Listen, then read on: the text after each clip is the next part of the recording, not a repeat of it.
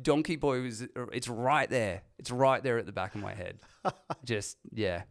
So, yeah. You look good like that, Alex. Thank you. I don't work in a bank anymore. I don't have people like Bindi to impress to get a promotion. So You're impressive. now I just get abroad. She just brings me down. Goodness. Should we start? Let's intro. G'day, ladies and gentlemen, and welcome to Finance Butneat, where we know that even the finest and fanciest looking bottle of whiskey or the prettiest home with a nicely renovated exterior can sometimes just be a polished poop. Sorry, Mitchell, there's a polished turd. Let's just say it. Joining me today is the incredible Colin Lee. Colin, you've done something that I think most people in this space haven't or won't be able to do. Now, not only have you built your own portfolio a lot, like prior to starting this, you built it with your clients over the last few years as well in just incredible ways, and it's been an honor to kind of watch that happen. I don't think you're just a guide. You're someone who's walking that journey with your clients, and it's been inspirational. Funded finance, we want to walk the journey with our clients. It makes it much easier to help them through those decision-making process. And I'm just really excited today. It's not just the story that isn't finished, but just getting some of the real actionable things that you have to give to your clients. So, mate, the intention, the excellence, everything you do is just always right there. So thank you so much for joining us. So today, we're getting into what it actually looks like to build a property portfolio with intention, not just buying and hoping, but making a deliberate move with clear strategy behind those decisions. And if you've got equity sitting there and you're not quite sure what to do, this one is absolutely for you. And so what we're going to do is we're going to cover managing a portfolio. Really excited for that one, Colin. Yeah. We're going to go through the ingredients of a property portfolio. We'll see what you are bringing out for that one. A bit of decision-making framework live. And so this is what you and I do with our clients when we work together. And I'm really, really excited to kind of show that because it's a lot of fun. Yes. It's a lot of fun. I just get so excited when we do those conversations. And lastly, we don't want to spruik regions. I don't think that's what you and I really are about. I've seen some stuff that's just a bit icky, I think, in the industry. Yes. And so what I want to do, though, is just really go, where wouldn't you invest and why? And so we're going to land on that. But first, my favorite segment, because it always gets some fun stuff, barbecue chats, the conversations you have at the barbie. Colin, why would I get a buyer's agent when I can just use realestate.com.au and make offers myself? Thank you, Alex. And it's so good to be part of this conversation with you. You know, I will admit, and you may not know this, Alex, but my first encounter in terms of property was actually with a broker. I remember my mom said to me, son, if you want to build wealth and you want to create something for your life, you wanted to speak to professionals and experts. So one of my first, I would label him as a mentor, was someone that reframed everything for me. He helped me to understand what my goals are, what my desires are, what is your objective in life, and then kept me on the narrow and straight path. And he kept the main thing because he was able to elicit what my goals are. Now, a lot of that conversation was about what I want. And so that's helpful. What I hear a lot in the barbecues and these chatters is what people don't want. There's a lot of whinging, whining, complaining. You see, I came as a migrant 26 years ago, Alex. And when I came, I remember distinctly thinking, this is such an opportunity for a migrant. It's a fair go. It's a country where you work hard, you play hard, and you grow, you know? And so hearing these things really just, it bugged me because we had very little. I come from a developing country into a country that's vastly developed in many, many ways. And yet people are so ungrateful, you know, but I get it because these are real problems, but they're first world problems. So I'm just trying to look at the perspective and it was very hard for me because at these barbecues, you know, they whinge about the government, about policy changes, about a whole bunch of things that are not working for them. And it's a lot of talk about what they don't want. What I prefer is to talk about what I want, which my very first broker reminded me time and time again. And his question, what is your vision? What is your goal? What do you want to do in your life? And he just kept reminding me what I wanted. And so that was the goal. That was the chase. That was the fight. So, I mean, a lot of it is obviously quite general, but there's a lot of pessimism out there, I think. Yeah. And so I just try to be a voice of reason in these conversations at the barbecue. Not that I have many, but... Do you remember what the question was, Colin? No. What am I hearing at these barbecue chats? I said, No? why would someone need a I buyer's hear a agent? lot, and I want you Yes. to answer is, why would I get a buyer's agent? When I can Sure, just jump on sure, realestate.com.au, right? Like, Yeah, I no. can make an offer, I can Of course. negotiate, the agents are right there. Yes. Why do I need a buyer's agent? Because Yeah. I think from my perspective, to add that in, there's a lot of, penny pinchers, to your point, around what's happening. Like, I've got to save that penny to make $1 and, all this kind of stuff. Then you've got the opposite extreme of I've got to spend money to make money. It's just justifying bad spending habits. Of course. And I think quite often people are just, are kind of between those two. Yeah. And the middle path to me always seems a Sure. buyer's agent actually is that wise investment. Yeah, I mean, for the purposes of this, I try to not define myself purely as a buyer's agent, but I get what the question is. I'll probably define myself more as a mentor, a coach, and a guide, similar to this first broker that I had known. So why would people need a buyer's agent? From a practicality perspective, people are time poor, right? A lot of people that come to me, sometimes it's 6 months. I had a client that's just, 6 years into this journey and said to me, Colin, I'm well-intended, I'm ambitious, I'm excited when I first started. And I know looking back in the last 6 months, 6 years, whatever it may be, with the best of intentions, I just did not get into the property market, which I'm regretting. So too many people try and do it themselves because they're penny pinching or trying to save on professional fees. If the analogy is, if something happened to yourself and you need brain surgery, you're not going to go and try and do it yourself. You can't.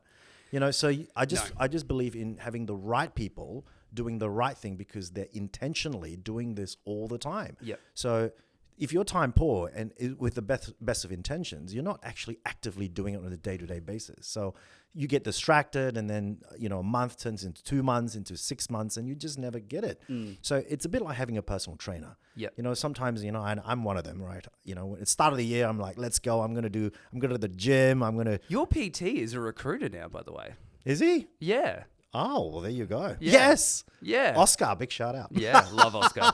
I was like, Colin, you still look fantastic. Yes. Well, obviously, he gave you... So see, Alex, Yeah. I'm a self-motivated guy, but even for me, I know that if I don't have someone on my case keeping me accountable, I would not necessarily be committed on a week-to-week basis to do what I'm intending to do. Look, we can't all be self-motivated with exercise. And no, look, to your point, though, I think my rationale quite often, and 100%, you aren't just a buyer's agent, but it's just kind of the thing that people say. Yeah. For me, it's always, I make a very intentional point of going, this is a property advisor. But at the same time, I've seen Beck, especially your team, execute the negotiation process. Yes. And there's a big, and buyer's agents, certain entities, let's just say, or groups have kind of taught their buyer's agents to sell one way. And so I love separating you from that group and going property advisor. Thank you. Because the buyer's agents will go, I will find you all the properties off market. And what I've seen actually is the wins that your team gets and other great people in this space get is they're able to walk in and actually beat the Joe Blow investor, negotiator off the space with a professional negotiator. And that's what a real estate agent is. They're a professional property lister and a professional negotiator. Correct. And it's separated even more. Yeah. They have, like a principal agent might just be listing and they've got a team of guys who run open homes and they just focus on negotiating. Correct. And so to think that you can buy 3 properties in your entire life and not saying like it sometimes comes across a little bit cocky. It is. With all due respect, most people's parents just have bought 3 properties in their life over a 30-year period. That's right. How on earth are they in 2026 able to help you negotiate on a property in real current day techniques? It's just not real. So, well, times have changed, Alex. What was 30 years ago, 20 years ago, let alone a year ago, it's not the same. Yeah. And unless you're in it, you just don't know what you don't know. Yeah. So my point is, I remember my first mentor and I said, look, I want to get into this whole property space.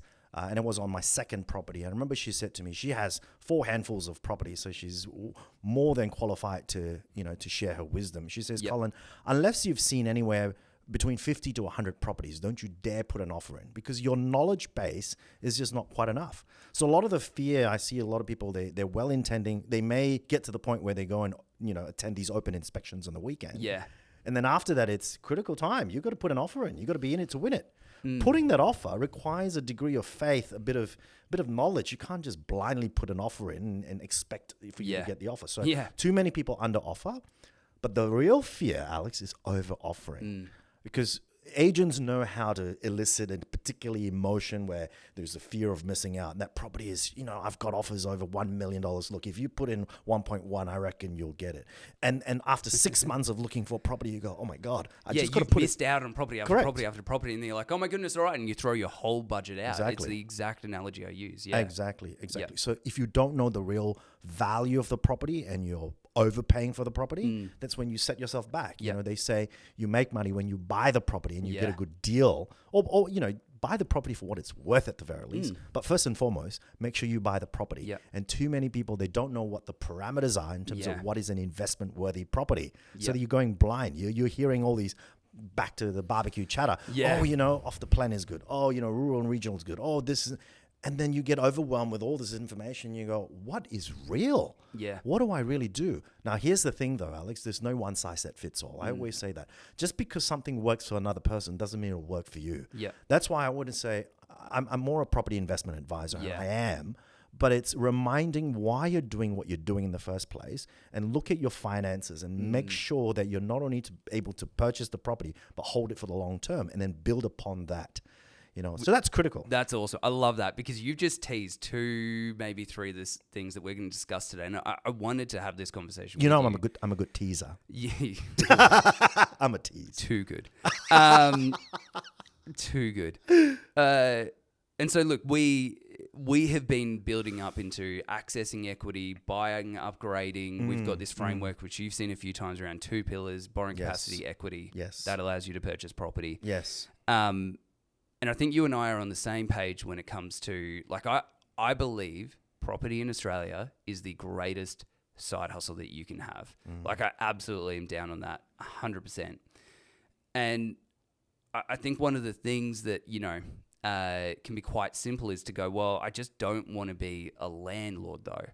And while property can be this great thing, people just get really stuck on this landlord concept. Yeah. Don't see the hidden cost of doing things like Uber Eats or other side hustles around depreciation on cars and all that kind of stuff. But my question to you is, what are the things an investor can do correctly to make sure that landlord position is way more palatable from day one?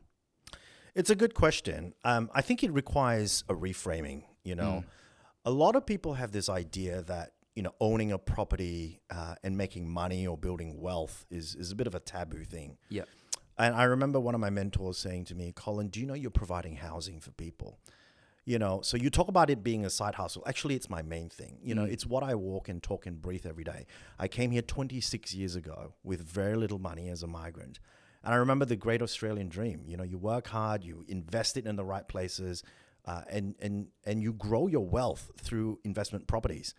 But I mean, just to kind of rewind back a little bit, I was running my own business back in 2004 until 2011, and it was a great business. Tuition? Yes, that was the youth empowerment company that I was running. It was amazing. But the truth was, it was not a scalable and successful, sustainable business. I had, at the end of the 2011, I remember looking at my bank account, I had a couple of $1,000s in it. I remember I worked so hard for my money. What's wrong with that, Colin? I spent it. I spent it on silly things, to be honest. I mean, I was... Colin Lee? I know. I don't believe that. I wanted to impress the Joneses, What snapped you out of that? Because you are not like that now. I'm not, but look, when you're in your 20s and, you're trying to have this bravado and, I wanted to live the life. I worked hard, and then when you come to money and you don't have investments that forces you to pay a mortgage, what do? You just spend it, And so there was for me, taking on a mortgage is really a forced savings plan. And I didn't have that. So every time I come to money, Yeah. I'd spend it on things that would boost my ego. It's not Yeah. me, you know.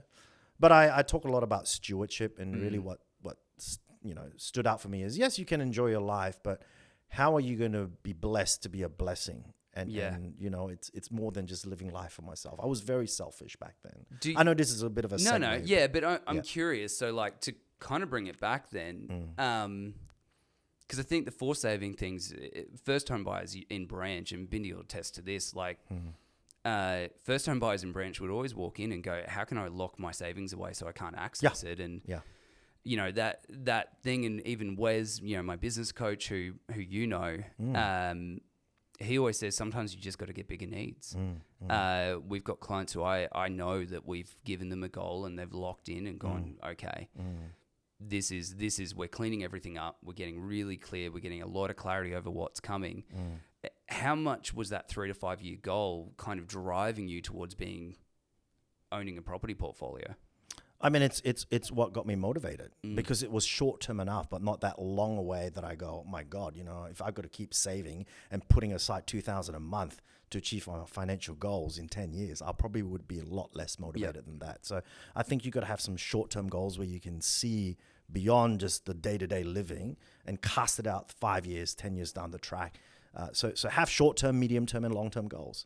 Do you mind if I just go back to that? Yeah. So coming back to the idea of being a landlord or maybe landlady, it was a psychological shift, because when I was running my own business, I realized that was a hustle. It was hard, and I did not invest in anything else. You know, so it was just full focus in running my business. And reframing was when I attended a property sort of seminar. I was doing so much research and I read so many books, and one of the books that really stood out, I don't agree with all the principles, but it was Rich Dad Poor Dad. You know, is having the mindset that being an investor is an important thing, because, and he said, when you are a landlord and landlady, you're providing housing and opportunities for people that will never be able to take on a mortgage for various personal reasons. So that reframing, you know, was important, but it was also something that I was very motivated to do, because I wanted to create a better life for myself, for my family. I wanted to retire my parents. It was a very strong goal. I just didn't know how to do it. And when I realized that property is a really good game to do it, it's fair go for all. It's not rocket science, but, and by the way, being a landlord and landlady is not all rainbows and sunshine. You know, too many people have these two extremes of, oh, it's really bad, too much responsibility, too much headaches, or landlord lady, or this feels good, you know. But I think there's a bit of a middle ground in it. You know, you need to take responsibility, you know, as landlords, knowing that you're providing housing, but you also got to look after your future. And that's why I invest in properties. I think it's a really interesting point. So I've got family members, because on my mum's side, at least, you know, she was a first generation Australian, born here. Dad born in South Africa. So like we have a little bit of that migrant history, a little bit of Asian heritage on my end, from Indonesia. But no, like my auntie Willie, you know, she was telling me last time I saw her a few years ago that when they moved to Sydney, or you know, migrated here, she was saying that they were living in timber packing crates in like I think eastern Sydney suburbs in the beach. Like that was their housing. And so I think quite often it's missed, and sadly it's politicized as well, how tremendous of an honor it can be to be a landlord. It is. To bring it to something practical, how large of a role does a property manager make in the successful landlord journey?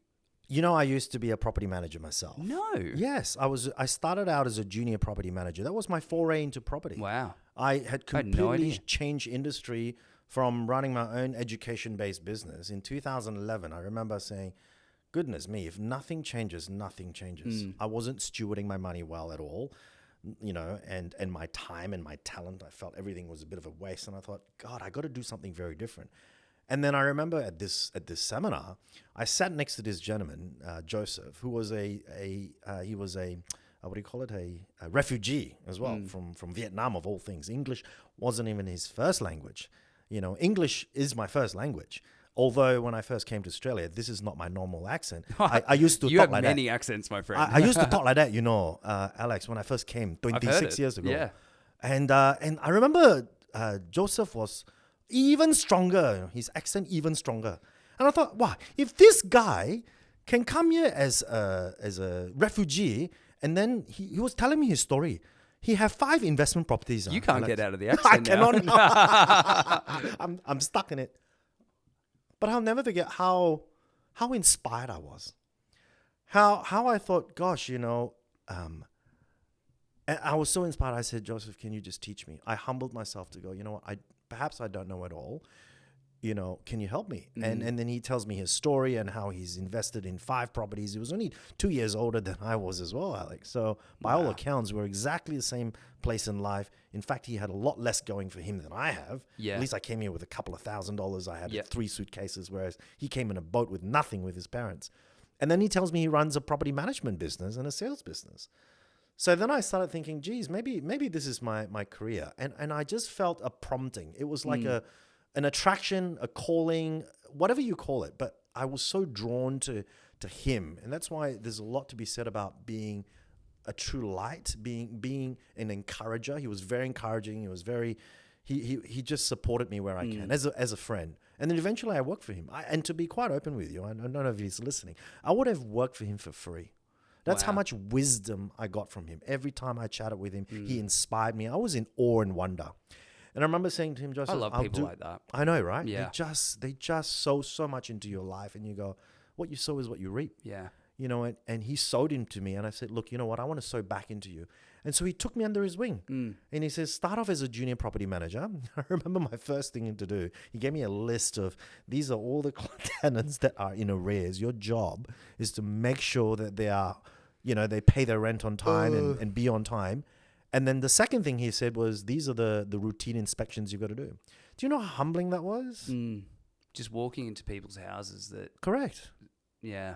And then having to take photos, and man, it was so humbling. So coming back to your question of, property manager, by the end of it, in 2 years, I was given a small little portfolio. So I got promoted to be a property manager literally within 6 months. And I remember him saying to me, Colin, people don't care how much you know until they know how much you care. So in order for you to really grow this, because I was also a BD, I was going out to talk to landlords and landladies to encourage them to get their properties to be managed by us. And I remember he had this black book, Alex, and he took notes about every single person that he ever had a conversation with. He knew their favorite coffee, their favorite tea, their puppy's name, their daughter's name. Is this where you got that from? This is where I got it from. Yeah. And he was diligent. And you know the thing about him? He cared so much about the other person that he would say, hey, how's Anna? How are your 2 girls? And it was like, you're listening, you're present when I'm talking. Too many people don't listen. And that was the problem. So I did exactly what he asked me to do. And because I built such strong relationships and rapport with these landlords, I grew my own portfolio from 20 properties under management to over 220 properties management within 2 years. That company has not broken that record till date. Would you believe it? I 10x his business. That was because he sowed into my life. He saw something in me that I never saw in myself. Back to the question, Colin. Yes. What does a bad property manager...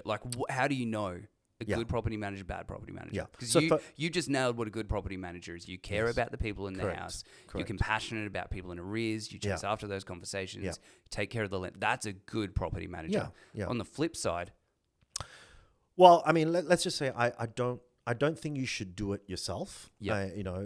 Unless you're managing 10, 20 and it's your side hustle, fair enough. I do have an investor that manages his own portfolio, but for the vast majority of us, it's not something that we should be doing just to save, a couple of percentage every week. So for me, I have all my 9 properties managed by people. I could manage it myself. Don't forget, I've got a background in property management. I could probably close my eyes and manage those properties, but I don't want to do that because I know a good property manager is someone that takes care of a client, takes care of a tenant. They're diligent. They're passionate about what they do. So let good people do what they do best, play to their strength. I play to my strength. I don't want to get bogged down about this tenant's been late for a week. Let's go call the tenant up. So there should be someone in between you and the tenant whilst you're managing the property. The other thing I'll say is there are 2 qualities about property management that I look for. Number 1, you have to be prompt. How you deal with me in the first place, they always say how you do little things is how you do big things, right? How quickly do you get back to me? And I interview them and I watch. I leave a message. I see how quickly they get back to me, because my assertion is that if they take forever to get back to me, they're going to take forever to get back to the tenants. Yeah, I mean, if you just put they want something from you, right? You're their client. You're the, person who's paying them. If they're taking ages to get back to you, like what are when there's a tenant on the other end, it's just, yeah. But you can only do that if you're passionate and purposeful in what you're doing. Otherwise, it's not natural. Yep. And that's why, Alex, I mean, I'm not trying to edify you for the sake of it, but, I've spoken to a lot of brokers, Alex. You are prompt. That's one thing. You're quick. And you can only do that because you're passionate and you're purposeful. Because if it's a drag, you're going to take forever to get back to me. Yep. Not just because I'm a good referrer. But the second thing is you got to be professional in what you do, in how you present yourself. Because to attract good tenants, you got to be a good property manager. Yeah. Yeah, 100%. I feel like there's a slow creep, and this is important at the moment. I think with rental caps year on year, and how you can increase rent and everything there. What is that? And is this a property manager thing? Is this people not really understanding how to play the game of landlord? It just seems that rental yields just they're just kind of on the slide at the moment because they can't keep up. So how do you as a landlord, property owner, make sure that your property is... I'm going to have a confession, okay? When I was a property manager, and that's just human beings, we will take the road with the least resistance. Yep. So if your tenant is up for rent after 12 months and you know that the rent is going to be $800, it should be $800, that's the market value, and the tenant's paying $790 a week, you kind of go, you know what, I'm just going to renew the lease because it's going to be a lot less headache than having to chat with the tenant and say, hey, look, the market rent is $800 a week. We're going to increase your rent. By the way, there's no paperwork. You're going to re-sign the lease, et cetera, et cetera. So a lot of people they don't have their finger on the pulse, and they don't realize that as passive as property is, you still need to take charge. It is a side hustle, but we're not, maybe every 6 months, 12 months, you get a rental renewal.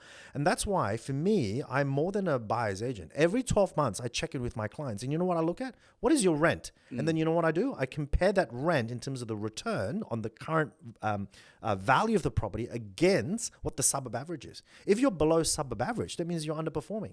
So it's just good stewardship. I mean, would you like to be underpaid? No. So, and this goes back to the cash flow question. Every dollar counts. Every dollar saved is a dollar earned. Yep. So not only are you saving, but you've got to also be providing, your cash flow so that you can increase your borrowing capacity, and therefore you can continue building on. Because I mean, you're a broker, you would know it's your income from your job or your business is what the banks look at. But the second one is your rental income. That makes a big difference in terms of your servicing capacity. The difference between 4%, 3.8% is an incredible amount of borrowing capacity. Absolutely. And if you think that's just borrowing capacity with, banks are taking 10 to 20% off your rental income, they're measuring a bunch of things. So if 2.02% decreases your borrowing capacity, how much more extrapolated that is in real income? Correct. And I think that's a massive, massive thing that I'm seeing at the moment. To your point, we'll look at a new property coming in, and that'll be performing okay because it's vacant. They get a chance to release it, and the rental agreement and everything says that. The next thing that we're doing is we're definitely going to keep that on a wide shot, Mitchell. I feel this is so serious. I want to entertain. Mate, we're breaking the fourth wall there. But no, it's definitely something. Trust me, wait till you see what I'm about to say next. It's definitely something that I think is a bigger conversation around making sure that you're not falling too in love with a landlord piece of providing, that's their home, they're good. Maybe you've got a property manager saying one thing in your ear, all this kind of stuff. Yeah. It's actually going to your point, and we talk about this a lot because I love the idea of stewardship. You take a third person view of your finances. Correct. You're looking down. It's not emotional. Correct. You're looking down. How can I manage this well? Correct. And move on from there. You remove the emotion. Correct. You mentioned something interesting in there. You talked about competing. He was only a couple years ahead of me. Yes. I knew. I was like, oh, Colin, because sometimes the competition stuff does drive a lot. Yeah. I don't know if you know this about me. I was a chess champion in primary school. Ooh. Sometime later, maybe about a week or so later, or after the game, I realized, I was telling my dad about the game. Yes. I realized that I'd actually moved myself in and out of check about 5 times, and my opponent had never realized, and no one had ever told us what was going on. So these days, and Vindy doesn't know how to play chess, by the way, interestingly. I have to teach Vindy. These days, I'm strictly a snakes and ladder kind of guy. I did not see that coming. Come on, I even Alex. You're a teased it bit more earlier. intelligent than that. So That's all what luck. I want to ask you, I've watched too much Magnus, like just Rain Man in Magnus his Carlsen. head. Yeah, Oh, what a it's genius. mate. What is the lurking snake in a property portfolio that most people don't see until they've landed on it? The lurking snake. Wow, that's an interesting question. You know what? Well, what is checkmate? Like, what is checkmate in a property, to put into parlance? Your bag of goodies, Colin Bag Lee. of goodies. Talking about chess, this was planned. Well, kind of. But I just want to just quickly share, Alex. This is a chess thing that my dad gave me many years ago, and it's very special. It's all wood. It's got tiny pieces. Actually, it's got a checkerboard in there as well. And this is the same chessboard that I play my. Do you think that's a checkerboard inside? Checkerboard? No, it's a backgammon. Yeah, backgammon. you said it's got a checkerboard Oh, it's inside. just a checkerboard. Fair enough. It's I was like, chess and checker have the same board. checkerboard, chessboard, same thing. And actually, Alex, I use the chess analogy all the time with my clients. Like you, I was a chess champion when I was up I until don't think was, like me. You were. I was so competitive, and I was a champion. I had medals and all that. And anyway, at the age of 12, I remember at the end of my primary school, I had to go into my high school, and I was so competitive that I said, you know what, I'm going to play with these 16 and 17-year-olds, and of course I would lose. And I would cry because I'm like, oh man, like I keep losing. But that's how I got better, because my dad says, if you want to play better chess, you just play with the better players. Yeah. And so that's what I did, right? So I'm just coming back to Side note, we're following strong on the chess thing, because Riley, who Yes. he did the an upgrading episode with us recently, and he had a whole chess analogy as well. Yes. I'd love to see you two going at it in chess. I reckon that would be. I love it. That would be scary. But yes, sorry. So The lurking snake. So the lurking snake, you know what I think it is? I think people give up too easily. And Alex, I'm gonna admit, I've got 9 properties. I could have 11. And I'm not saying this impress upon you. I am that competitive that I think if I could steward this better, I think, of course, the more I'm blessed, the more I can be a blessing. But I sold 2 properties prematurely. And that was because I gave up too quickly. I was emotionally impacted by what was going on at the time. And I thought, you know what? I'm going to de-risk myself and just sell it off.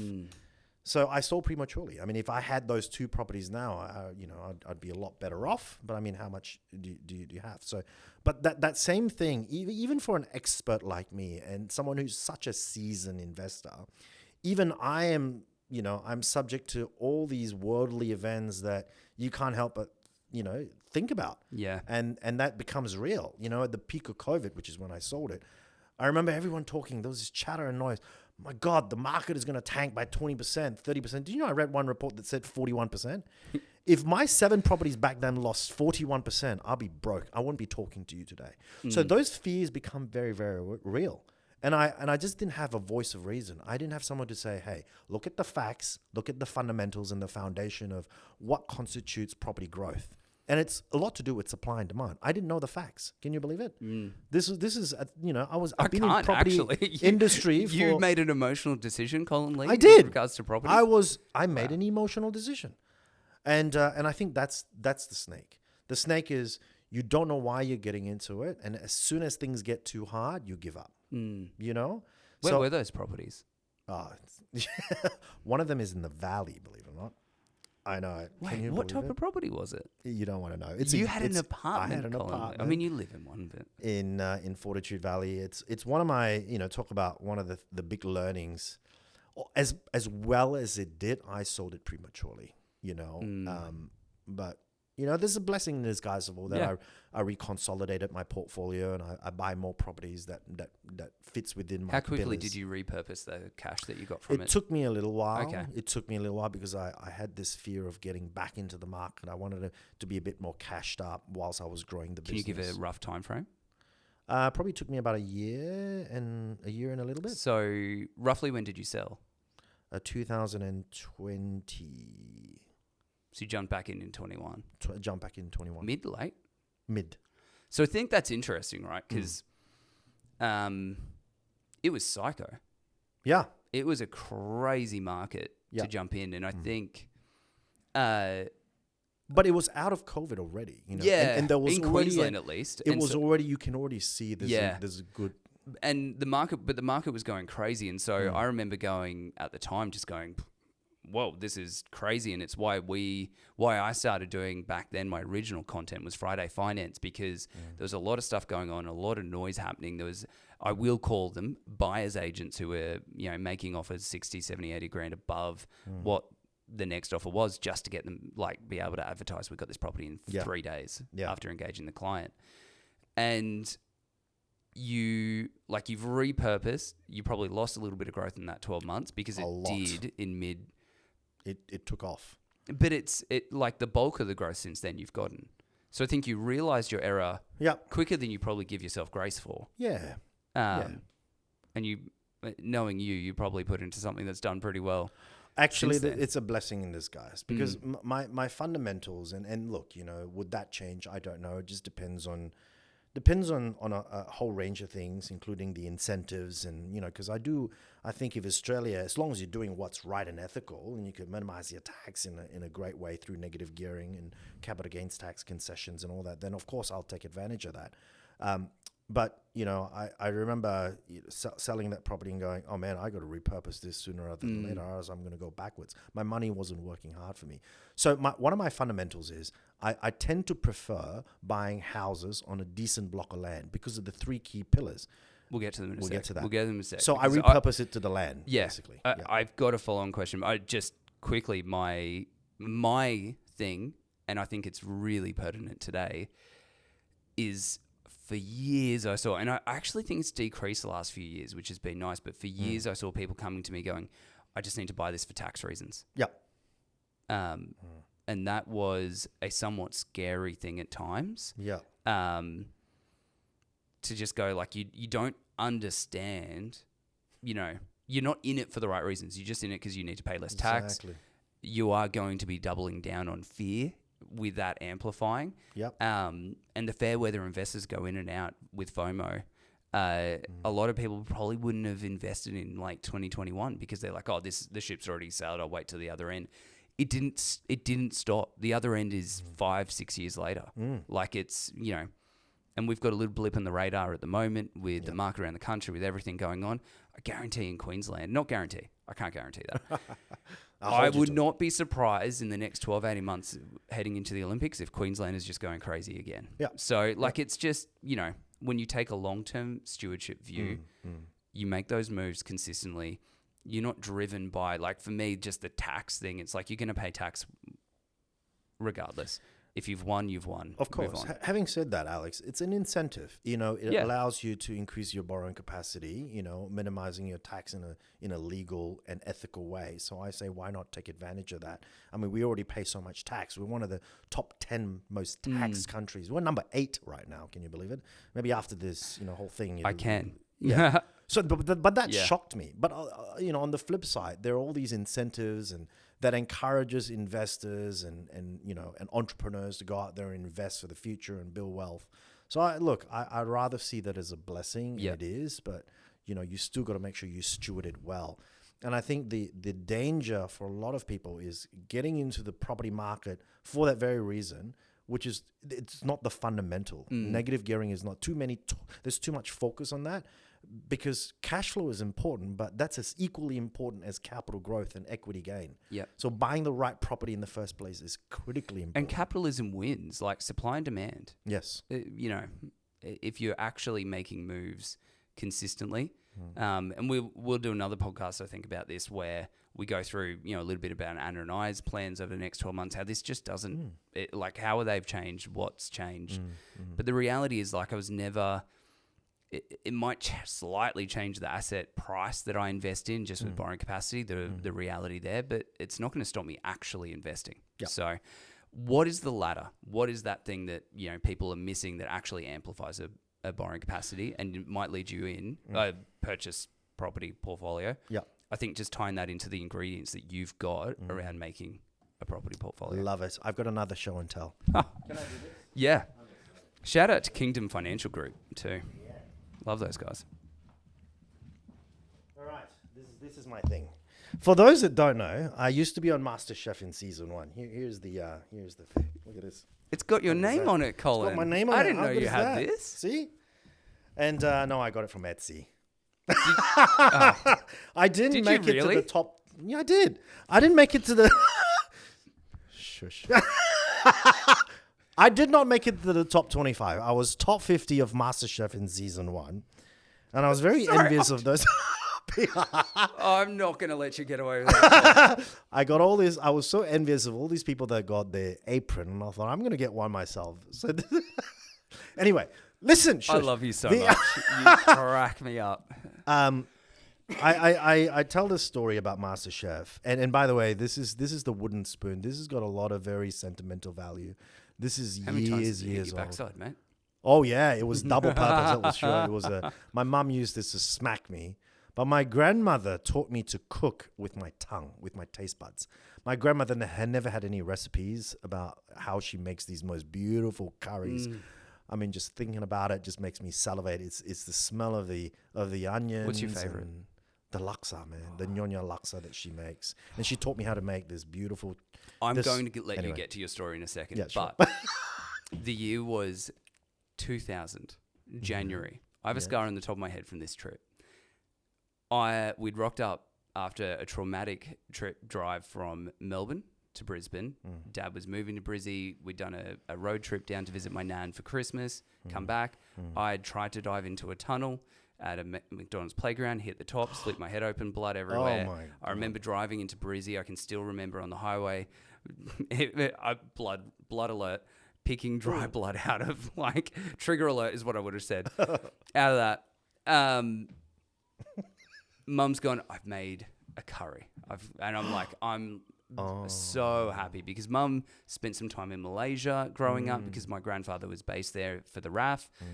She is, I think a quarter Indonesian, and, my grandfather used to cook curries. And so, like, my favorite food group is curries. And I was, like, so excited. There you go. Little did I know that Mum had been a little bit rushed for time that day, getting the house ready for us to get back. She had bought a tinned laksa for some bizarre reason. Something she's never done. Like, the woman makes flour for herself, gluten-free flour for herself. So I don't know why she made this laksa. Wow. And then gone, it's not hot enough because she has no chili. Yeah, I've seen you add fresh chili. You saw me add fresh chili and go, man, that's hot. My brother and I were just doing laps between the kitchen table and the fridge to go and get milk and apricot yogurt. So, yeah, love laksa. That was, yeah. Come on, man. Side moment. That was, I grew into it, Colin. Thank you. So, like your mum's curry, like my grandmother's curry. Unfortunately, I'm still not able to recreate that curry. I get close enough, but you'll never get to the essence of it. But one of the things my grandmother taught me, there's a few things, but one of the things is she oftentimes used this spoon and she says, here you go, Colin, I want you to taste this. Tell me what you think of it. And then I'll tell you what I think of it. And so she taught me to cook by my taste buds, which is a skill in itself because you got to know what it tastes like. So then she says, well, you add a little bit more salt, a bit more garlic powder, a little bit more this, and then eventually you get it to the point where it tastes what it should be. But she also taught me something else. And she says, to create the most masterful, delicious, delicate dish, you got to have 3 key things. And she reminded me that you need the freshest of ingredients. You cannot cook a good laksa. You cannot cook a good chili crab, by the way. That was one of the dishes I was hoping to cook for the finals. If you don't have the freshest of ingredients, so that's really important. The second thing is, she said, you need the right technique. You can't just put everything in the blender and mix it all up and then put it in a pot of oil and cook it. And so there's a technique about how you chop the onion, what size, how you mix it, how you grind it, So there's a particular technique in it. And thirdly is the timing. You just don't put everything in. You got to methodically put the garlic first, and then the onions, and then the chilies, and then the galangal, and then so it's a process, right? Now coming back to this recipe and this whole thing about building a sustainable and successful property portfolio. I think building a successful property portfolio, and actually more importantly, a sustainable property portfolio, requires ingredients, requires some key fundamentals. And one of the fundamentals I always talk about is you got to have a strong enough purpose. Because like I said back before, otherwise you're just going to give up. But the other thing is, where there is a will, there is a way. Most people don't know their will and they don't know their why. So figure out your will and your why, and then the way will come. And therefore, you become a lot more motivated. You become a lot more inspired to earn more, to add more value. And here's the thing, right? Your earning and your income at the moment is directly proportional to the value you're adding to your organization, to your business, to your clients, to your stakeholders, to your referral partners. You just add value, so just learning that in itself is a big thing. So have a real good reason why you get out of bed every day. And oftentimes when I talk to my clients, I just keep circling back. Why are you doing all this in the first place? And I keep reminding them. Do you know I've got a client that I started just when I started my business. She bought one property with me, and I remember looking her in the eye and I said, Carol, why do you want to do what you do? And she had tears in her eyes. She was working for the Children Cancer Institute. One of her greatest passion was to find a cure for children cancer. Wow. Because it affects 3 children every week. 3 children every week pass away from child-related cancer. And she wanted to find, she was a researcher, PhD student, worked for the Children Cancer Institute. And I thought, wow, how beautiful is it? And I remember one of her whys, she said to me, Colin, I just foresee myself in 10 years that one day I'll be able to go back to CCI and work at this to find a cure for children cancer pro bono. I'll do it for free. And with that in mind, I thought, you know what, Carol, I'm gonna help you to just get onto this journey. So actually, what I did with her was I reminded her, I showed her what income she needs to be earning, what equity, what savings, and just reverse engineering, beginning with the end in mind and reverse engineering her plan. She's got 6 investment properties literally within 6 years. Alex. Wow. She was that motivated because she had a fire in her belly. She knew why she was doing what she's doing. And she's well on track. Literally within 4 years, I reckon she'll be able to go back and say, you know what? I can do this for you for 2 days a week. Can you imagine? So, but she had to pay the price and make the sacrifice. Yeah. She had to go down a different career pathway. She had to find something that can add value because, with all these research companies, it's very dependent on government funding, et cetera, et cetera. But she's someone I distinctly remember. So having a strong enough purpose will help you get there. And then you've got a whole bunch of things in terms of the ingredients. Now, just coming back to your question in terms of what constitutes a successful, sustainable property portfolio, too many buyer's agents will focus on the 2 pillars. I have the 4 pillars. Just very quickly, these are the ingredients and the philosophy. The first one is very quickly, it's about buying the right property in the first place, right? The right property means there are certain metrics and parameters that I look for that I know that property will tend to do well. One of the things I look for is, and look, this may change, but I think the fundamental is this, that I'd rather buy a property with good bones. Good bones that I can somehow add some value down the track. But the property is only as good as the proximity. So this is the 4 P's pillars, right? The right proximity is similar to the right location. Here's the thing. You can buy the worst property, but in the best street, in the best location, it'll still do well because you can replace the property. But fundamentally, you don't want to do that because that'll set you back a little bit if you've got to do a whole bunch of renos. And so making sure you buy the right property is important. And the right parameters for me is, in terms of proximity, I tend to prefer locations where there's a gentrification from, a very largely investor ratio suburb into more owner-occupier ratio suburbs. Because we know that suburbs with a higher owner-occupier ratio tends to attract owner-occupiers, and therefore the suburbs, the streets, the playgrounds, the parks, they tend to be better maintained. It feels safer, there's less crime rate. So that's another fundamental. The third pillar is, assuming you get the right property in the right proximity, a good buyer's agent should be able to get it for the right price. The right price means paying the right money for the property. And just going back to this, you make money when you buy the property. So you just don't want to simply overpay for the property. Now, we treat each of our clients' money as though it's our money. So if I'm not willing to pay $1 million for the property, I just wouldn't encourage my client to pay $1 million because it's not worth it. Now, I'm Asian. I love a good deal. I love a good discount, and I'm a haggler.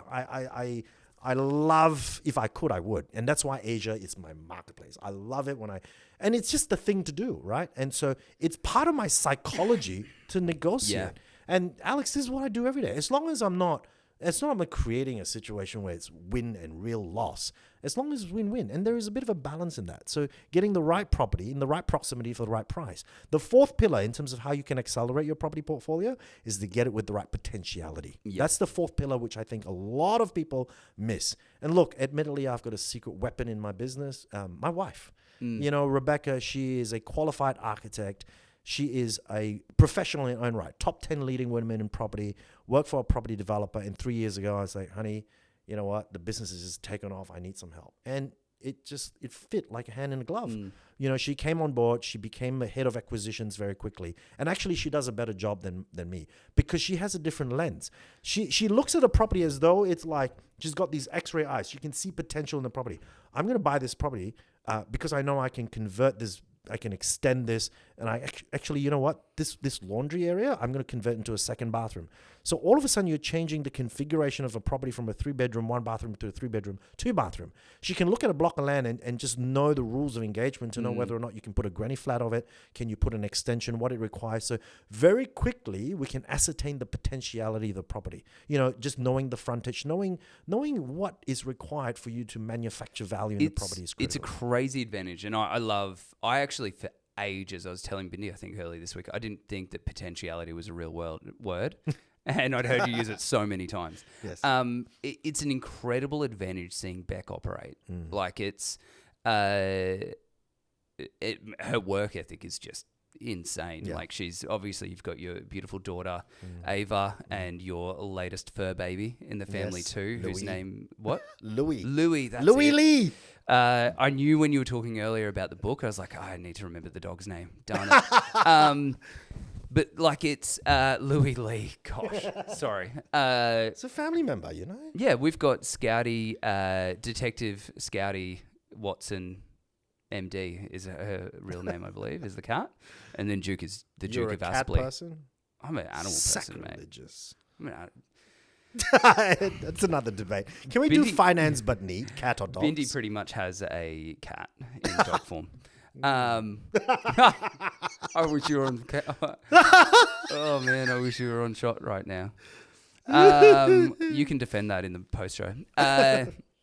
But no, the potentiality of it, I think, is so important, and I've seen that lead to incredible wins. Not if the potential is realized immediately, correct, but long term. And correct. It's very hard to get the level of service that you give without, like, just the sheer bonus of having an architect. I don't know if you know, I know this. A mutual friend of ours, Mr. Chapman. Oh, yes. He, I believe, referred some clients to you that were like, hey, we need an investment. We want some long-term potential. This is what we're thinking, high net worth, great income, all those good things.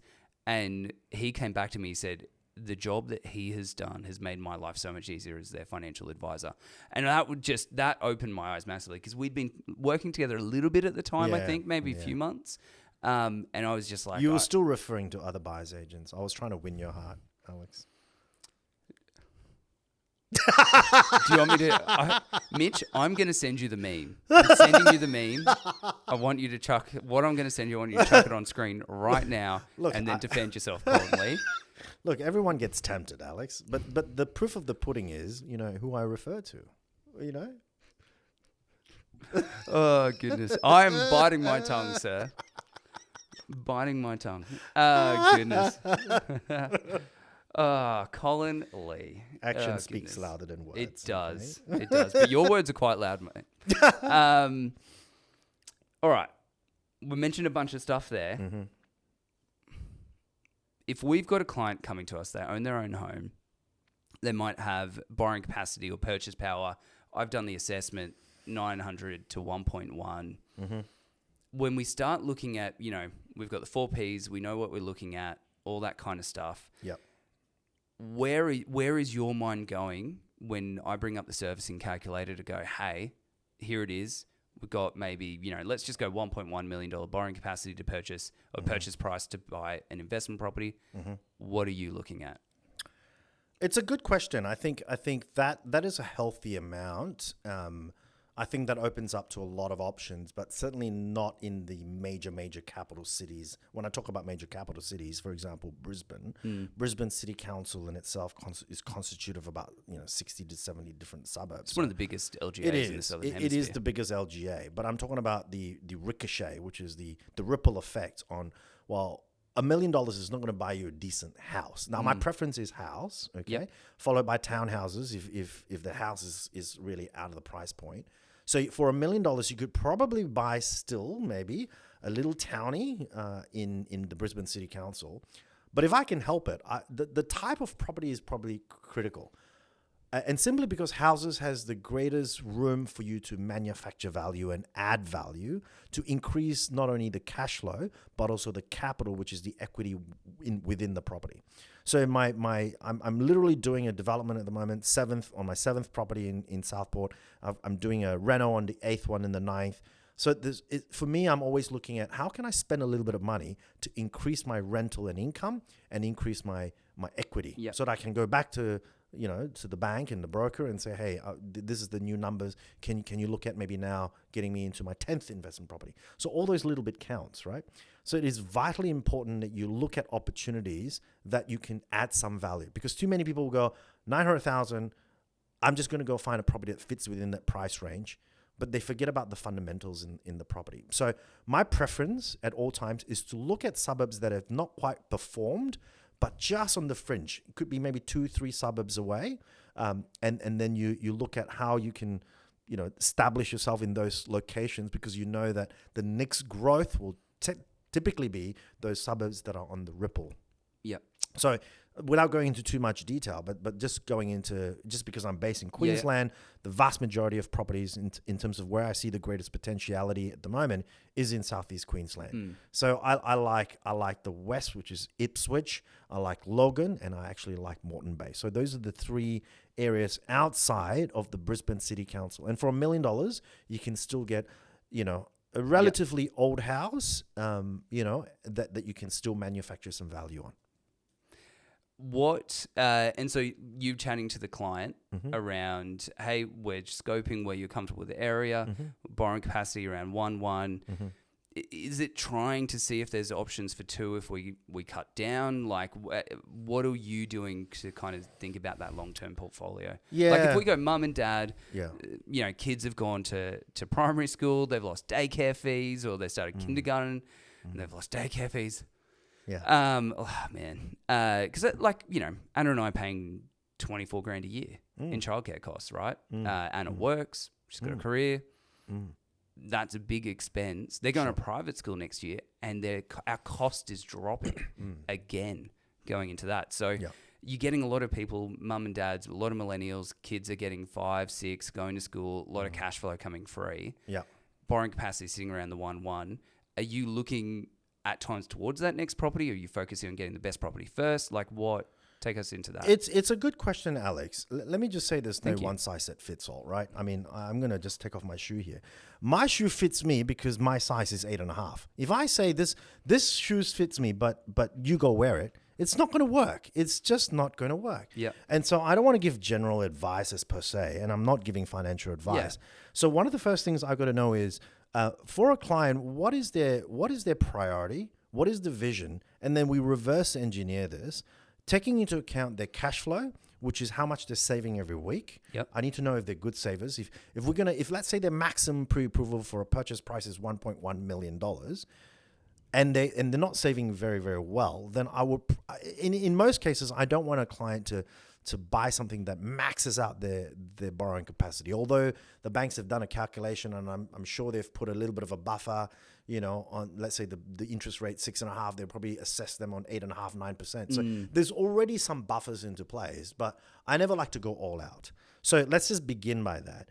Now, for someone that is a good saver, and if they're ambitious, they're still young, they've got a lot of prospects for growth, I'll edge as closest to the 1.1 as possible. Get the best opportunity, because your potentiality for you to buy the next one is going to be a lot quicker, depending on your savings, and then taking into consideration some of the growth and the capital growth. So obviously that needs to be looked at. So there's a few things in play. one of the philosophies I like is to make sure that you have a balanced portfolio, but also a diversified portfolio. So you don't want to put all your eggs in one basket. And the reality is, at this point in time, unless you're buying in Perth or Adelaide, where the median price is somewhere around 850 to 900, call it 950, whereas Brisbane now sitting close to 1.1 as an example. So there's quite a bit of a difference in terms of each of those states in terms of the market. So for me, the philosophy is still to buy a house, but if you can't afford a house in a particular state, then we may have to look at another state or a different type of product. So you'd still prefer to get in a high growth area as opposed to chase us after the asset class of house. Correct. I still fundamentally believe that the right proximity is probably more critical than the type of property. So I think for me, the general rule of thumb is never purchase the absolute max price of your property. I want to just sit and see what your cash flow. It's almost like we game plan it, right? We strategically and tactically look at what your cash flow is, what your earning capacity is, what your life, priorities are going to be. You may get, you and your wife may be planning to have a kid. So if that's going to stop you from purchasing next property in 3 years, then perhaps let's go all out. Yeah. Because you're going to have to wait another 3 years to get another property. Like if you're self-employed, right? And your business is growing, you're going to have extra cash flow. Yeah. But you're probably going to lose a second income because you're going to have a child. It's like that cash flow that the growing business is going to be repurposed to living. Correct. So that's a great example. And then if you've got, if you've got the ability, because for me, those two things are impacted by two pillars of borrowing capacity, equity. Yeah. I trust that when you buy properties for my clients, equity's not going to be an issue in the future. That's proof is in the pudding. The borrowing capacity is completely dependent on what the client does with their lives. And so I've seen a number of times you go, well, you want to have a baby in 3 years, let's maximize, or you're going, hey, I can think of a current client at the moment. Like I don't want to spend your entire budget. Based on the cash flow discussion we've had, I want to pull that back a little bit. This is where I'm thinking. And it's a strategy that one of the reasons where I thought in 2018 to 2019, the property investing was broken was I didn't have a strategy. I didn't have a thought process. The why was strong. I wanted to create wealth. I wanted to break my family out of a cycle. Like the importance of housing is so crazy. We've touched on it before, but my nan has been financially set up so well because she sacrificed to buy a house as a single mum coming from South Africa with a 14-year-old in Churnside, Victoria. I still remember that house. Her parents ended up being able to live in it. Wow. For many years, at a very, very reduced rent. And that's that landlord heart, right? That nan still to this day just loves providing housing for people. So it's such a great thing. And Nan is going to love you on this episode, by the way. She is, you guys you're going to meet her one day. Shout out to Nan. Yeah. And you will end up calling her Nan, 100%. Everyone does. But the reality, I think, from getting into that portfolio, things changing, life changing, is those two pillars are going to shift over time. I quite regularly see people go, hey, this is it. We don't have an overwhelming why. And you're like, let's maximize, right? Alex, I'm gonna talk about this as we're going into a battle, all right, and it's like this chess game, a lot of people want to win the game, chess game, and so to win the game, you got to have a strategy, you got to make tactical moves. And one of the things that my dad said, I remember, is I used to get so nervous because I'm trying to find the next move and the next move based on the reaction of my opponent. And he goes, professional players, they think about 3 to 4 moves in advance. By the way, grandmasters think about 7 to 8 moves. The permutations you get. Yeah, Magnus is playing it in his head. He's playing it, 8. When he sees the board, he's already seen 8 to 10 moves in advance. Not many people can do that. I can see as far as 3 to 4 strategic tactical moves. But I use that. I've been distracted by a thing over to the corner. I'm like, ooh. And I think that's with a lot of people trying to build successful, sustainable property portfolios. Like you can see, I've got a budget of 1 million. I'm going to make this move. But they forget that we are in a battle at the moment. And you've got to be very strategic about, well, if this happens, if the policy changes, if the interest rate changes, you've got to look at the worst case scenario, what's the likely scenario and what's the best case scenario, and take all that in consideration. Go in with your eyes wide open and make strategical, tactical decisions that's going to help you in the long term, not just I'm going to get the first property with whatever my broker tells me to do. You know what I mean? Yeah. 100%. As good as your broker is. And handsome. It's a fascinating discussion, right? Because at the moment, if negative gearing disappears, so Anna and my, because it has to go through Parliament, right? Yeah. If it disappears, I think I've worked out that Anna and mine's borrowing capacity drops by $160,000. That wow. I actually haven't made the decision to purchase a property based on negative gearing. So I know the gross cash flow figure, right? And so then it becomes a tension, like it's a capital growth question. For me, it's then, well, like it's never been about rental income. Like I was a commercial real estate agent when I first left. When I dropped out of civil engineering, I went straight into commercial real estate after a brief stint removing graffiti. And I can't picture that. That's all. Removing graffiti. Yeah, mate. I'm a wizard with a gurney and chemicals. Wow. Yeah, not great painting. Learn something new about you. I was covered in paint. The joke in the office was, the paint's meant to get on the wall, not on you, Alex. But no, I am in a position now where I know the gross figures. I know I need to cash flow that week to week to week to week, fortnight to fortnight, month to month. That's what I'm basing my ability to purchase on, not what I might get back tax. Like that, honestly, the negative gearing was actually a way to pay off my own occupied home because I get the tax bracket. Like that was personally, that's not tax advice. I actually don't know if that's the right thing to do, but that's what I was going to do with it. Yeah. So, and by the way, you get your tax back at the end of the financial year unless you let the agent you opt in a little bit. But I think for the vast majority of people, I mean, for me, I look at it as a bonus. Okay, maybe it pays for my holidays here and there. I don't even put it back into my property portfolio, to be honest, because I forget about it. I forget about the negative gearing. And to be honest, I'd rather buy more than ever before. Fundamentally speaking and foundationally speaking, it's more important than ever before for you to therefore buy the right property in the right proximity with the right potentiality and then pay the right price for it. All right.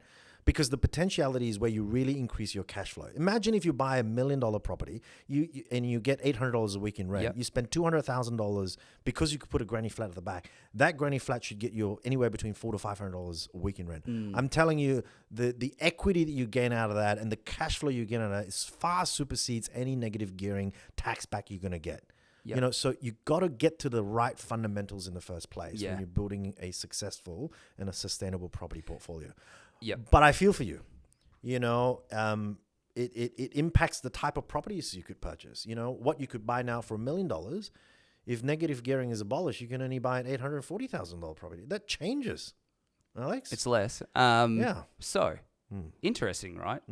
We've grown it funded. Yeah. Those are based on 2025 financials. Yes. You often say to me, you buy the property you can afford in the market, you can afford it. I can afford a different property in 3 months' time. Price-wise. Are you going now or are you waiting? 3 months. I'm not going to tell you how much actually I can borrow. I think if nothing substantially is going to improve in 3 months, then why wait? Why wait? It's futile. It increases by $400,000. So but that's substantial. Yes, that's substantial. See, that's substantial enough to go, well, 3 months. Yes, it's a bit of a wait, but I think there's going to be a lot of. In any season, there's never the absolute perfect time to buy. I bought when the freaking COVID. I actually bought a property at the end of COVID. Can you believe it? And so there's just never the perfect time. Right? But this is a great point before we move on to what I think is going to be my favorite question to ask you. I bought in 2019, and Bindi will be able to attest to it. In Queensland in 2016. So I'm just going to say it may be your birthday, but this week Bindi and I celebrated a lovely milestone of 10 years when we started working in lending together. So happy anniversary to us. And I said that to Anna, and she's like, "You're weird. Go away." You are weird anyway, generally. Weirdly wonderful. I get that a lot from my wife, and I'm like, mate, just because everyone thinks you're innocent. I love our man. Oh, goodness. Ouch. Love you. I'm going to Anna. ask Anna if I can include this. So if what I'm about to say is not included, we're going to include what I just said there. Yeah. We're not to include that the girl sat down the other day and said, "Mummy, why do you have such a big butt?" Oh no! And then can't... Roni goes, "No, not a big butt. She's got big biceps." I was just like, I love a woman who can help me move a desk. What can I say? Oh, goodness. But no, bought 2019, December, we settled, 19th. And then Yep. COVID. So we bought our first home for $520 in Aspley. And I was like, I've overspent. Wow. I've overspent. You. And I've got... You talk about My proximity. I've got goodness. proximity to the wrong thing. But no, like we bought for $520 in Aspley. I was really upset because I was trying to get into Stafford Heights because I saw that as a lot of like that was getting gentrified in North Brizzy with housing commission moving and stuff like that.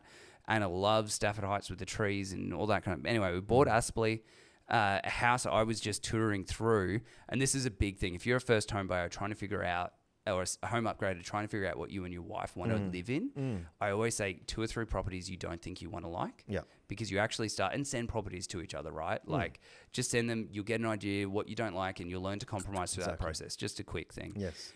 We went through this property that I was like, yeah, all right, cool. I live in that property. We walked out and Anna said, I was like, yeah, she's like the agent at the front, whoever's working for Alex Porter at the time was like, hey, you know, what'd you think of the house? And I was like, yeah, it's a house. I was a senior mobile banker at the time, right? Like property was property at the, like, Yeah. I'm looking for the right potential, the right property. I thought I wanted a renovator. Sure. I thought. Then we saw a renovator. I was like, No. how dirty is the bench? Like, am I going to be able to clean that bench? It's so... Ugh. That's the thing. The bench was probably... That's an emotional decision. One of the properties, the bench was narrower than this.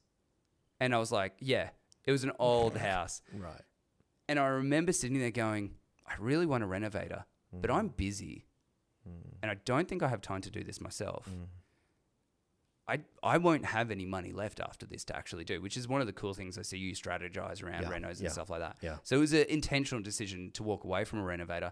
Walked out and the lady went, you know, did you like it? What do you think? And I was like, yeah, all right. Anna turned around and went silent. And I turned around and looked at her and she's like, I love it.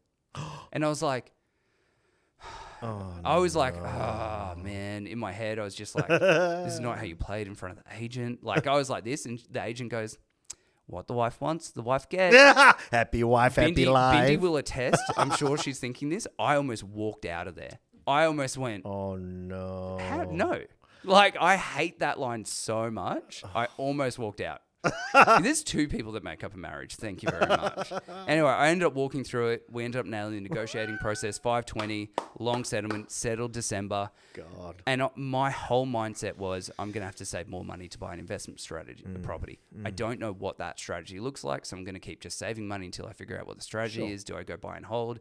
I've seen my parents try and become property developers unsuccessfully. Like I don't know how you're making money on flipping because the construction costs if you're not doing it all yourself, and then you're taking time away from your main job to I was just all these questions.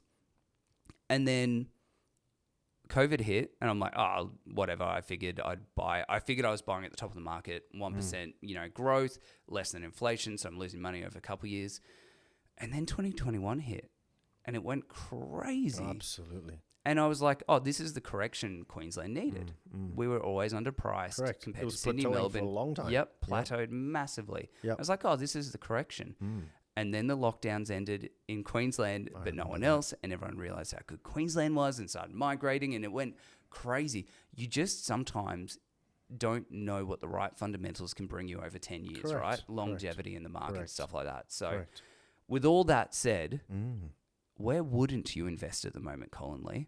What are the 2 areas? And look, the reason we're going this, and we've touched a few suburbs and stuff here and there, I don't want to be in the spruiking game. Sure. You've touched kind of Queensland. If anyone has a 2-minute conversation with you, they're going to get that, right? So that's par for the course. You touched some statistics around, but where are the places you wouldn't invest? And what are the actual reasons behind that in terms of stats or whatever?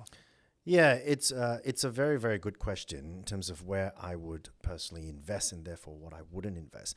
In general, and this is something I've learned from some very intelligent people, I've had the opportunity of interviewing a lot of people that are further along in terms of their wealth and in terms of their stewardship. And the one thing I hear all the time is you've got to have the right fundamentals in terms of demand and growth. And what are those fundamentals? Those fundamentals are supported by key industries. So what I'm trying to say is I don't like buying into areas where it's rural, regional areas. Because typically in those areas, they are supported by key industries, i.e. mining, agriculture, farming, whatever. Tourism, maybe. That's another one. I mean, so in good times, they're great. But in bad times, it's terrible. So I guess the ups and the downs on the demand of those sort of areas really, and they're more transient. Like you think of Gladstone and Moranbah as some areas. It's like great times, people are coming in and out, but there's always people coming in, right? So vacancy is low, and I might want to buy because I think I want to. It's good, Gladstone as well. It's been horrible at times when certain refineries have shut down, but then things have swung back economically, and it's gone crazy, and it's got its time in the sun. Correct. You're dealing with a lot of transient nature for that. It is, and it's probably it fluctuates, too much for me to have a degree of comfort. And again, who's to know what's going to happen? But we know that like if in the mining boom, when parts of the world really require our natural resources, everything goes well. So in Perth, you have these massive spikes. But the minute we know that when China sneezes and they reduce the intake of all this iron ore and all this that's required, then there is a mining boom, a mining crash. And so you get these properties that are doing this. And sometimes I feel like, for me, I prefer to go to bed at night. I want to be consistent. And that is usually supported by key industries or multiple industries. There's finance industry, banking, legal, construction, there's education, hospital, aged care, medical. Those things will never go out of fashion. So you want to make sure you buy into those areas that will be supported. So I try and avoid rural and regional areas. Yep. So that's probably the big thing for me. And that sometimes that means that you've got to look, okay, well, for a certain amount of money, if you can't buy a house, what's going to be the next best type of property? And that's when I go into a townhouse, because it's not always oftentimes that you can have enough of a budget to buy a house. Otherwise, you've got to go into rural and regional areas. I mean, admittedly, I'm not knowledgeable enough of those areas. I'm not saying absolutely don't. I think there's a lot of people that have made money from rural, regional areas, but I just don't dabble into that. So that's what I avoid. I mean, it's an interesting thought on the regional. Like we work with a business partner, referral partner who has some relationships with buyers agents who do work a lot in those regional areas. Sure. I've not been that impressed by the portfolio overall. Because the reality is the demand there is always not going to be as strong as something that's in the major capital city. When you look at the international migration coming into the country, I promise you, and I know because I have a lot of friends from Hong Kong, Vietnam, Singapore, Malaysia, when they come, they're not going to want to go out into the farms. They just, so where do you think the demand's going to come from? No, they're not going to. Yeah, people don't want to go from high density living. You love high density living. You love it. Yes. You don't want to invest in it. Yeah, but you love it's living lifestyle in it. For me, Alex. You know? I can't imagine living out in Aspley. With due respect, it's out in the whoop for me. I'll buy in Aspley, but I just wouldn't live there. No, you wouldn't. You wouldn't buy in Aspley. No, I would. I think it's my sister-in-law's got a property in Aspley. It's done really, really well. I'd live in Aspley. I wouldn't invest in it at the moment. Yeah, fair enough. Yeah. Okay. Yeah. Fair enough. That's mainly because we can agree to disagree. I'm not going to go into my financial philosophy that I pitch. I pitch to my financial planner what I want to do. I'm trying to convince him. You know him. He doesn't like that. Oh, goodness. Let me. So that's the one thing I would avoid. The rural, second, regional. Yeah, rural and regional. The second thing is, look, obviously there's a lot of metrics and parameters that I look at, but I like consistency. But there are some states at the moment that I think is, a lot of people talk about Melbourne at the moment being one of those states that's undervalued. Okay. So I on that, there are property podcasts, and I like to see what is going on out there. Am I missing a trick that other people are pulling, the strings and doing that? I know some people like, I don't want to get my message mixed up, so I don't listen to other podcasts, I don't listen to other brokers, and I'm like, well, I need to educate. I need to make sure I'm not missing a trick. Sure. I've listened to a bunch of these podcasts that are going, it's got to change in Melbourne, like this and that. And I'm just like, vacancy's low. Yeah.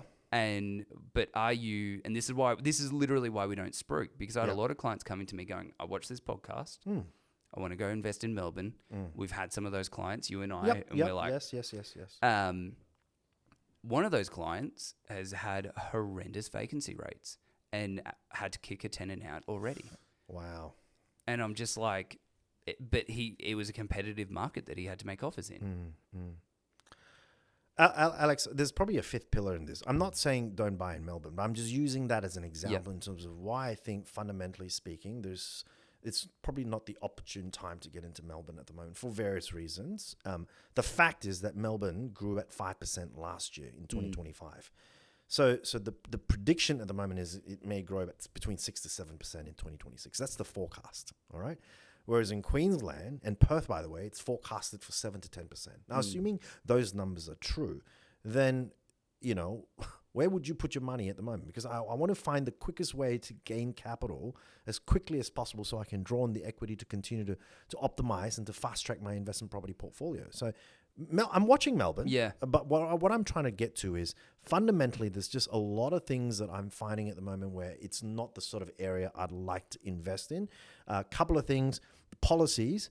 Stamp duty, as an example, is significantly more, and I mean more, for an equivalent $800,000 property in Melbourne versus something that you get in Queensland, for example. You're paying about $15,000 to $20,000 more just in stamp duty, which is one of the reasons why there's a lot of people moving out of Melbourne or investors getting out of Melbourne. So there's going to be a slight oversupply. There's going to be a bit of a blip. But that's not to say I wouldn't buy in Melbourne. As long as you get the right property, get it for the right price, in the right proximity, with the right potentiality. If it ticks those 4 boxes, by all means, go for it. But I know where I'll put my money at the moment. So not only that, and then you've got the land tax issues as well. So the cost of holding, the cost of entry is just a little bit too... It's outside of my comfort zone. Well, you mentioned earlier, you make money when you buy, right? Absolutely. And so, yes, it might be well within, like you might be able to get a house further within your budget that might allow more properties to be able to purchase. Correct. But if you're costing yourself more when you buy a property, when you sell in similar growth area, like it's part of the whole mix. Correct. So yeah. So I hope that answers your question. Yeah, mate, it does. And I think one last question. What changes in those metrics with Melbourne, if we're looking at that? What changes in terms of the metrics? Is it literally the growth forecast? Like, what changes for you to go, actually, now's the time to turn around? Very good question. I know my answer. It's the government. Yeah. No. That we can't change. Well, maybe we can. But for me, it's the fundamentals and the foundation of where I would spot an opportunity. And I talk about this all the time. It's PIE, which is the 3 acronyms. Fundamentally, I look at where the population growth is happening, because where population growth is where the demand is. Where people go into the city, both from an overseas net migration perspective and an interstate migration perspective, that's where the demand is. But there has to be backed up by some key fundamentals as well. And that means employment, which I'll get into a little bit. Now, in terms of population, Melbourne at the moment is losing people from a net interstate migration perspective. That's one key point. I think most of the country is almost negative, apart from most, Queensland. Except for Queensland, correct. Yep. But Melbourne is severely so, more than ever before. People are moving out of Melbourne. It's the most livable city, but it's just, I don't know if you've been to Melbourne lately, but man, it's I was there last year. It's visiting family. It's just not the same Melbourne that I had once known. No, I grew up. And I'm not trying to knock the Melbournes. It's just, that's the truth. And then if you look at the international migration, by the way, now India has overtaken China in terms of the largest interstate migration by country of birth, followed by the Philippines, which is the 3rd one. Now, if you look at all that, where do you think a lot of these international migrations moving into? Do you know the numbers? In Melbourne or in Australia? Where do you think they're moving to? Brisbane, LGA. Wow. So, and I've looked at the numbers last time. Brisbane. I think you meant Sunnybank. That's where. That's right. They used to move to Glen Waverley in Melbourne. So That's true. that's Or where I grew Box up. Hill. Yeah. Yep. And so Brisbane at the moment is twice more. Oh man. It was bound to come. Hang on. Yep. So Brisbane now is taking on twice more the number of overseas net migration coming into Brisbane. And it's driven by employment and it's driven by investment in infrastructure. Now, the in terms of government funding, that's another pillar that I look at. New South Wales obviously takes the largest lion's share, 85 billion, I think, from the federal government funding. Yep. Victoria is obviously about $78 billion. But what's noticeable in the last couple of years is the massive shift in terms of investment in infrastructure. And what that shift is, there's a positive net of $7.7 billion into Queensland. Wow. That's the highest net positive gain from an investment perspective. Now, where money goes is where employment goes, right? We in preparation of the Olympics, we're needing more and more services, professional services, builders, trades to come into Queensland to build up the infrastructure. So that's a big one. And then I talk about employment, right? And I'll finish off with this in terms of the fundamentals. Now, if you look at do you want to know which city in Australia has got the highest median income? Have a guess. Sydney. No, Canberra. Yeah. Canberra. Yeah. There's no one pulling it Canberrians, down. shout out to Canberrians. There's no one pulling it They've down. got the highest number of people with tertiary qualifications. And they're all government, public servants. Yeah. So, I think it's about 116,000 from memory. Followed by, you know what? Perth. Perth is the second because of the mines. The third is Sydney. That's hilarious. Third is Sydney at 107,000. But next to that is Brisbane at 105,000. Wow. Now, I want you to think about this carefully, Alex. 107,000, 105,000. It's such a minute difference in terms of your average median income. But the property prices in Sydney is, I think the median's edging close to about 1.6, 1.7. Brisbane's about 1.1 at the moment. So call it $500,000 in terms of the difference. For the same amount of income, and let's say you have $1.5 million to buy a property, you could probably buy a really nice 2-bedroom in Sydney, or buy a really nice house, 4-bedroom, probably close to the water, close to public amenities, transportation, et cetera, et cetera. What would you do? Brisbane, baby. Exactly. Yeah.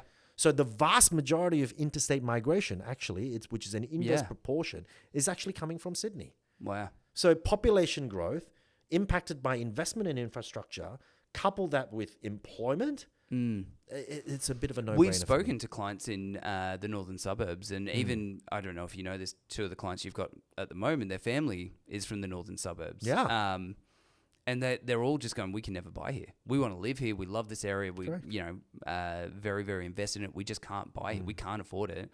So let's go and invest and buy and live elsewhere because that's where it is. Interestingly, I think one of the statistics, because I did a deep dive, on the migration statistics just to learn a little bit about it. In the biggest migration from Melbourne was actually to Fraser's Rise, which is just outside the LGA. In Melbourne, which was interesting. It's like North Lakes for Brisbane, right? And so it was very interesting. There was a giant shift, like huge amount of interstate migration into that newly built area. Yeah, interesting. So it'll be interesting to see these moves around new builds, interstate, and what that does for certain areas. Yes. Mate, I think I want to jump into finishing there. Yeah. Thank you so much. Like that was... so much information. I messaged Bindi like a couple times going, can you take this note for me? Can you take this note? Like, because I just wanted to timestamp it really. Yeah. And Bindi's like, I'm trying to keep up. Like, this is just hit after hit after hit. It was awesome. I am really excited to get into the post show. Poor Decisions. It's going to be a bit of fun. We've got some good things planned for you, Mr. Colin Lee. I like it. But I think the neat takeaway for me today is that property isn't the side hustle. The strategy is the side hustle. Yeah. And so anyone can buy a house. The work is really in deciding which one, when, and what's it doing. And I think for the next 10 years of your life, that's kind of the focus, right? That dream, we spoke about that with Riley a few years ago. And getting that right and keeping the 3-year kind of plans that you mentioned in your mind, that is almost the 90% of the process done. Absolutely. And then the 10% left is getting the team around you, getting the experts that honor that momentum, give you clarity about that decision. So Mate, thank you so much for honouring us Pleasure. with your time. I am really excited because when this comes out, you might be launching something, Colin Lee. Ooh, that's a secret. Stay tuned. I'm going to tease you. You can find Colin Lee, Inspire Realty, on Instagram. He's got almost 13,000 followers. I had no idea you had that many. I'm that famous. Yeah. How many people have you bullied into doing that? But no, it was... I think you are one of the best buyer's agents in Australia. Aww. You've got the awards to prove it, and I'm glad I saw a trophy in there. You didn't bring it out. You bring it out in poor decisions. Yes. But the reality is that go and check out Colin Lee on Instagram, on LinkedIn if you want less engagement. I don't know what you're doing. I can't remember the last time I saw you. I don't do much on LinkedIn. But the reality is there's going to be potentially something really cool for you to check out, and I've heard it from a little birdie. Some things. I'm so excited. Yeah. It's got a chess theme on it. Ooh. On the cover? Yes. How good. I know. The same person who's done the cover did the finance butneat. But look, if you've got someone that needs some strategy, needs some reasons, needs some why, needs some clarity over it, this man is the best person for that. Reach out to him. You can find him Inspire Realty online, Colin Lee on Instagram. Thank you, sir. See you guys in the post show. Thank you, Alex.